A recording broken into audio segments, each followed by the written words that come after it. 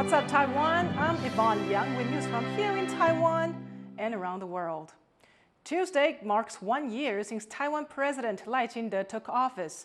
The president took the podium to lay out what he has in store for the next 3 years of his term. Reporter Leslie Liao was at the speech and brings us the main points. As the famous saying goes, it's all about the economy. President Lai Ching-te spent much of a speech on his 1-year anniversary in office talking about economic issues. He said that Taiwan needs to wean off its reliance on being an export-driven economy, but also expand into other markets. He added that he'll make Taiwan's interest the highest priority in ongoing trade talks between the U.S. and Taiwan, and that he'll establish a sovereign wealth fund. Lai also spoke on many domestic issues like climate change, healthcare, and social stability. He committed to the government's goal of making Taiwan a net zero carbon emitting country by 2050. And he added that he'll also invest around $33 billion in Taiwan's green energy sector by 2030. On healthcare, Lai said the government will continue to support programs like disease control and cancer treatment. Throughout his speech, Lai consistently called for unity and democracy, saying that Taiwan's democratic system was one of its most treasured qualities.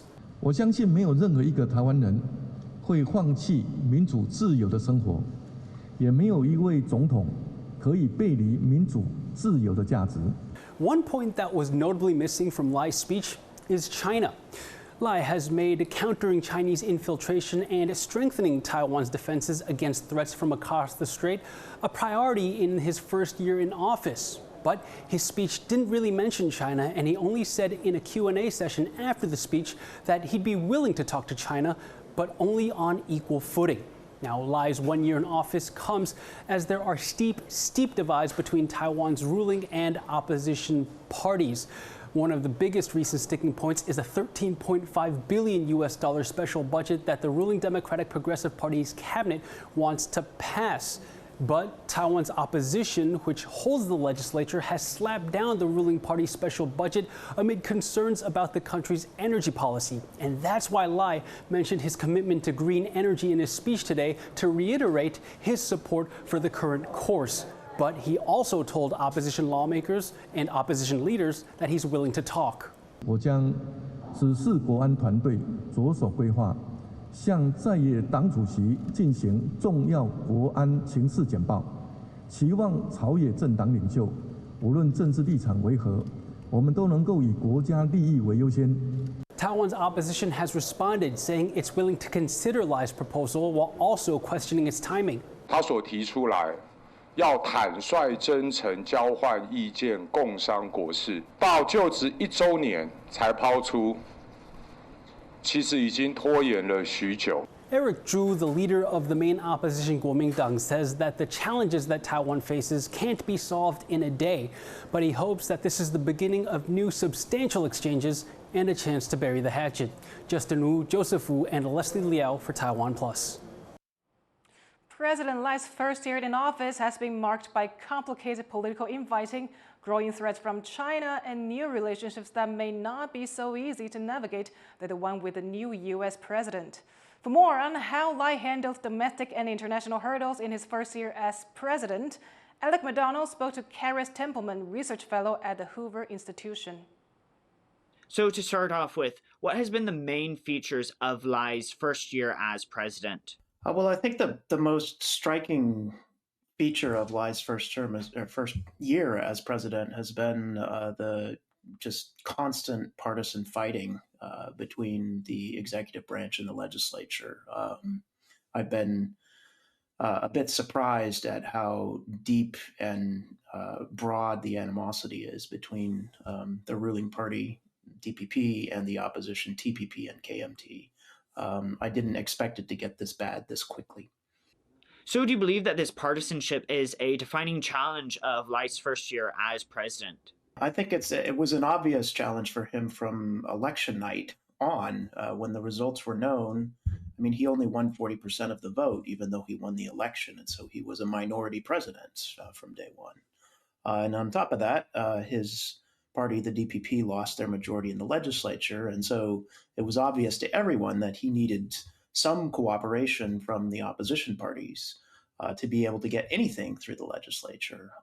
So I was a bit surprised and a little bit disappointed, frankly, that he did not seem to reach out to the opposition effectively in that window between the election and the seating of the legislature. And he really has tried as much as possible, seemingly, to ignore the opposition in the legislature. And I think that is a major source of the kind of problems he's had over the last year. So as we have been discussing, Lai Ching-te's first year has not been without controversy or plenty of challenges. But what do you think some of his real successes have been? Well, I think I noted he had a fair amount of continuity with his predecessor Tsai Ing-wen's policies. In some cases, that's been a really good thing, I think.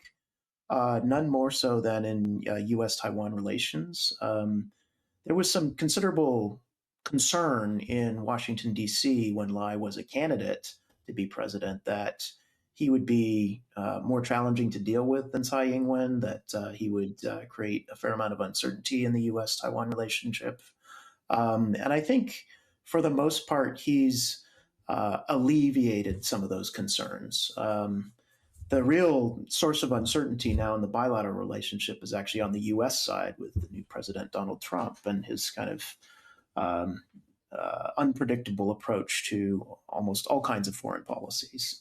So Lai, by contrast, actually looks like a stabilizing force in the relationship right now. And I think we ought to give him credit for doing the kind of hard work of alleviating worries about his approach and building up the relationship with American interlocutors.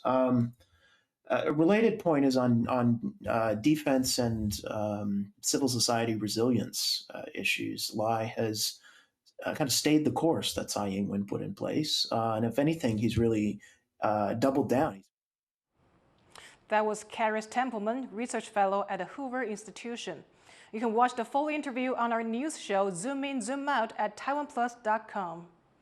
The military is planning to send delegations to the U.S. and Europe this year to study civil defense and how reservists are mobilized. In Europe, they'll focus on learning from civil defense programs, while the group heading to the U.S. will look at how American reservists are caught up and mobilized. The military hasn't said which European countries will be involved this time, but a similar visit was made to Northern Europe last year. These efforts are part of Taiwan's push to boost its civil defense across society as it faces growing military pressure from China. Foxconn Chair Yang Liu says a planned supercomputer in the southern city of Kaohsiung will eventually use 100 megawatts of power, more electricity than several of the country's power plants generate. You know, the power, I don't want to use the word shortage in Taiwan. It's a very, very critical resource. So it takes us a couple of steps in order to build it up to 100 megawatts. Liu says the first phase of the data center will use 20 megawatts, followed by two 40-megawatt increases. The issue of power has been divisive in Taiwan, which recently decommissioned its last nuclear reactor. The supercomputer project is a collaboration between Foxconn, NVIDIA, TSMC, and the Taiwanese government and will use 10,000 NVIDIA AI chips. Thank you for watching What's Up Taiwan. You can visit the TaiwanPlus website or follow us on social media for more stories from Taiwan and around the world. Finally, take a look at these guys competing for the title of World's Strongest Man in California. I'm Yvonne Yang. Take care, and I'll see you next time.